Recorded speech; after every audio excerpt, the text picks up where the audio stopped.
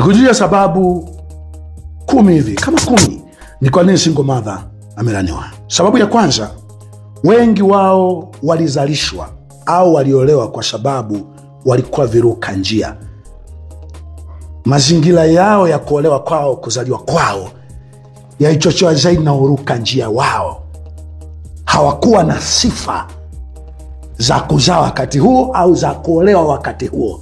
Walitegemea zaidi kuwa kiruka njia, kuwa na visikio vya mbuzi, vya sungura, kupata wanaume ama kuendelea kuishi.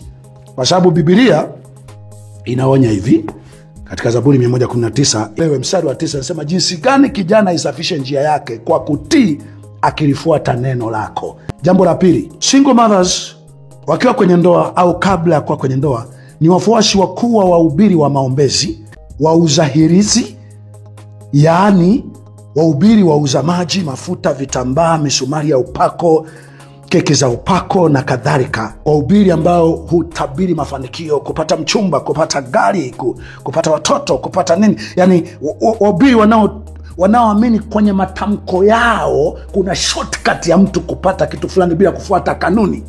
Kwa sababu vyote hivi kazi yake ni kupunguza ama kuondoa uadilifu katika jamii, kwa kuwa wanajua hirizi hizo zinakuwa mbadala wa adabu, unyenyekevu, utii, heshima, umakini na kadhalika. Maidia, upandacho ndicho utakachokuvuna. Njia zako zikiwa chafu, utapewa kufanana na wewe.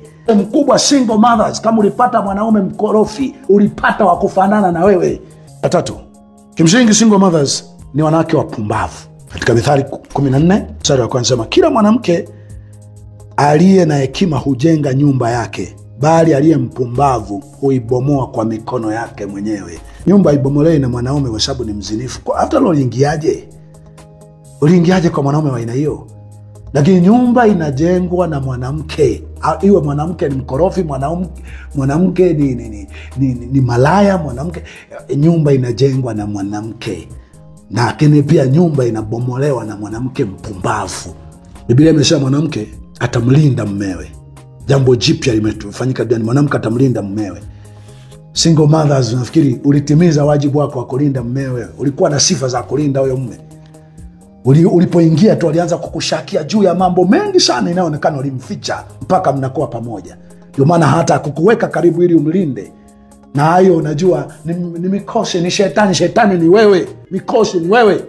Jambo la 4, single mothers ni wahudhuriaji wakuu wa semina za ngono, alimaarufu semina za ndoa, uchumba, kitchen party na kadhalika. Nenda kwenye semina hizo.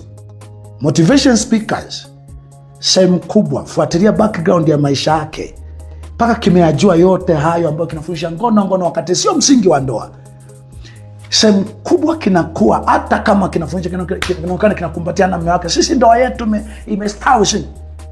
Ukweli kavizumu vile, kawazumu wafundishaji wa masuala ya kwamba ndoa ama uhusiano, kuishi wawili kwa mwanamke na mwanaume, kiunganishi kikubwa ni kitandani. Kaona hao watu wenyewe hawana mahusiano mazuri ama kilishaachika. Nenda kwenye kitchen party. Wafundaji wakuu wa ndoa ni ambao wameachika, ndo wanafundisha mbinu. Ili hali mbinu hizo zingekuwa nzuri, zingekusaidia wewe kulinda ndoa. Hazikusaidia kulinda ndoa, una la kusema lolote analosema huyo mwanamke, huyo mwalimu wa mfundisho ya ndoa ya ngono, huyo yanakuua msingi wa ndoa, sio ngono. Nimefundisha sana katika mafundisho mengine ya tendo la ndoa. Jambo la 5, single mothers ndio vinara wa kudai 50 kwa 50. Wasijue mama zao walidumu kwenye ndoa kwa kupoteza baadhi au sehemu ya haki zao, hata haki zao zote. Nikuonyeshe mwanamke alivyopaswa kuwa, ingawa ilikuwa ije kwenye ushauri, lakini kuonyeshe mwanamke alivyopaswa kuwa. Hakuwa mwanamke wa kudai 50 kwa 50. Hili itakuja na lichanganya na lingine, lile ambalo ni pointi ya 6, sio ya 7, iko mbele hapa. Inasema humuona mume wake rafiki yake, ama ambaye akili zake ni ndogo kidogo kuliko yeye, kwa uongea naye kama rafiki ama mtu fulani anayemchukulia tu kwa sababu akili hamna. Nikuhakikishie Umeolewa na mwanaume ambaye unahisi akili hana kwa sababu ulikuwa kiruka njia. Umeolewa, narudia tena hii lugha, umeolewa na mwanaume au umejikuta huko na mahusiano na mwanaume unayeishi akili hana kwa sababu wewe ni kiruka njia. Ulikuwa umetaka yeyote, kikubwa napumua, kwa sababu uliona ulishaharibika sana kichwani ama kwenye ile mwili lako. Umeshikwa sana. Nisikie, utakiwa uishi na mume kama rafiki yako ama mtu fulani ambaye mdogo dhaifu fulani, kwa sababu pengine anakupapalikia na kukushikashika kwenye mwili. Na hayo ni mafundisho yametokana na hawa motivation speakers. Kabla ya tendo ndoa, vaa kanga moja, mshike mwanaume hapa, mshike hapa mwanamke. Ndio inavuruga sasa wake zenu au mume zenu, na akikupapalikia mwisho wa siku unaanza kumuona ana akili timamu. Lakini wakati ameharibiwa na hiyo semina yenu hiyo. Mwanamke ambaye kidogo anakuaga mjinga. Nikusomea tuandiko hili. Waraka wa kwanza wa Yohana sura ya 3. Kadhalika ninyi wake watiini waume zenu, kusudi ikiwa wako wasioliamini neno wavutwe kwa mwenendo wa wake zao pasipo lile neno, wakiutazama mwenendo wenu safi na wa hofu. Kujipamba kwenu kusiwe kwa kusuka nywele, kusiwe kwa lasta, kusiwe kwa makeup, kusiwe kwa kunyoa nyusi, kusiwe kujipamba kwenu kusiwe kwa nje, yani kwa kusuka nywele na kujitia dhahabu na kuvalia mavazi ya kumeremeta, sio ya usiku, sio ya gharama kubwa, sio michuchumio, sijui gold, cheni, sio pete, sio. Kusiwe ndo kujipamba kwa mwanamke ambayo unaweza ukakaa kwenye ndoa. Otherwise usingle mother unakuotea. Bali kuwe utu wa moyoni. Moyo, tukisema huyu ana moyo mzuri, ni matendo, ni ule, ni yale pale juu. Bali kuwe ni utu wa moyoni, usioonekana katika mapambo yasiyoharibika, yani roho ya upole. Upole ni utulivu wa kufanya maamuzi, ndio upole. Ndio maana Mungu ni mpole na mwingi wa hasira. Yesu ni mpole na mnyenyekevu wa moyo, lakini aliwaita watu wenye nyoka wana wa majoka. Upole ni umakini wa kuchukua maamuzi. Pamba kwenu, bali kuwe utu wa moyoni usioonekana katika mapambo yasiyoharibika, yani roho ya upole na utulivu iliyo ya thamani kuu mbele za Mungu. Maana hivyo ndivyo walivyojipamba wanawake watakatifu wa zamani, waliomtumaini Mungu na kuwatii waume zao, kama vile Sara alivyomtii Ibrahim akamwita Bwana. Ninyi nanyi ni watoto wake, mfanyapo mema wala hamkutishwa kwa hofu yoyote. Ibrahim mume wake alimwita Bwana, sio hiki nyie mnaita honey, baby, rafiki. Mume unamwita baby, rafiki. Hakuna shida kuwa rafiki, hakuna shida. Lakini hii hasa mnayoita baby na lenyewe na tafikiri taira, ndio linashushwa na akili mwanaume linaloitwa baby. Mume sio sweet, sio chocolate, sio honey. Mume ni Bwana, mume ni baba, na anatakiwa pray kama baba. Jambo la 6, single mothers hawezi kulea watoto katika maadili, kwa sababu mpaka wewe umekuwa single mother. Imetokana na kiburi ambacho huwezi ukajenga mtoto mwingine. Ndio maana vitoto kwa sehemu kubwa kikilelewa na single mother ni vigumu sana kushikika.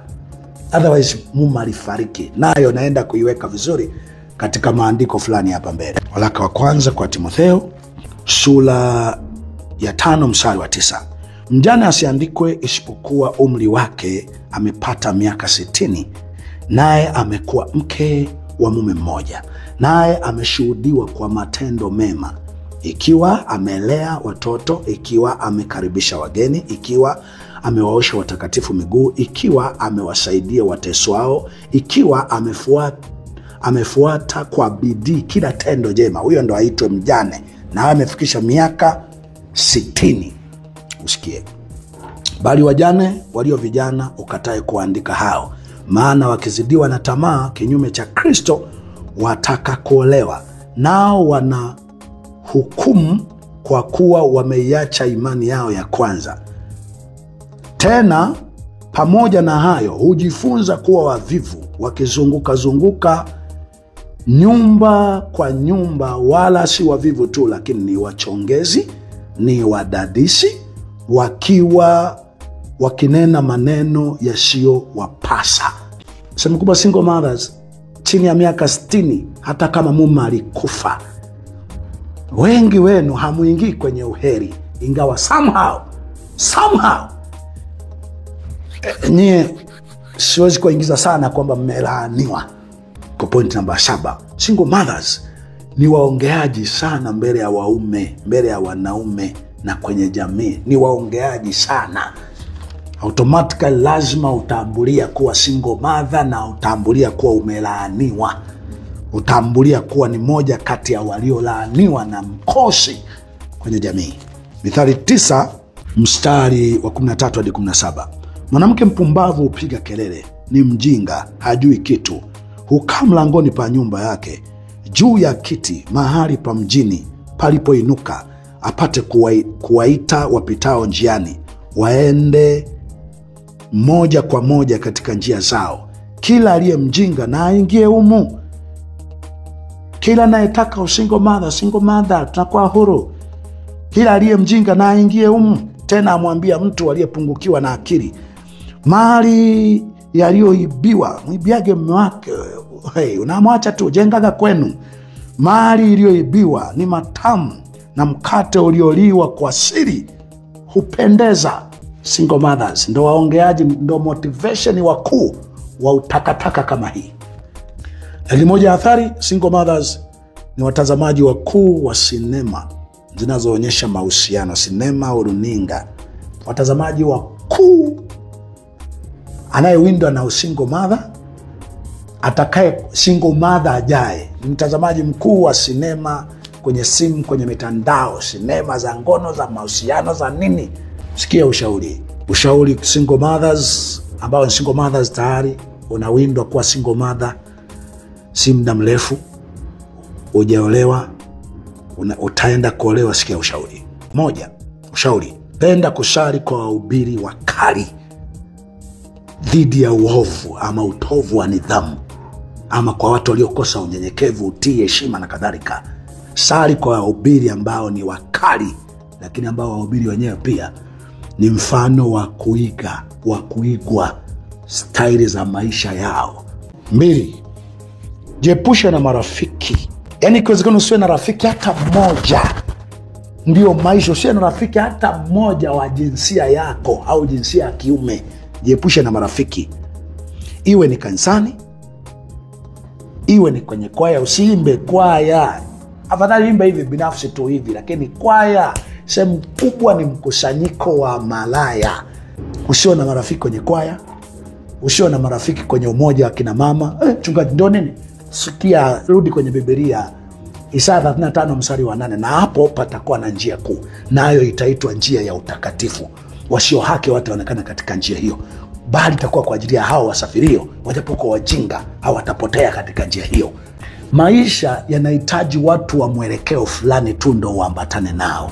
Rafiki yako iwe familia yako, na TV imezimwa muda wote, iwe familia yako. Muwe wa shamba. Baba ni mkulima mpaka leo, na sisi ni matawi, sisi ni shamba leo.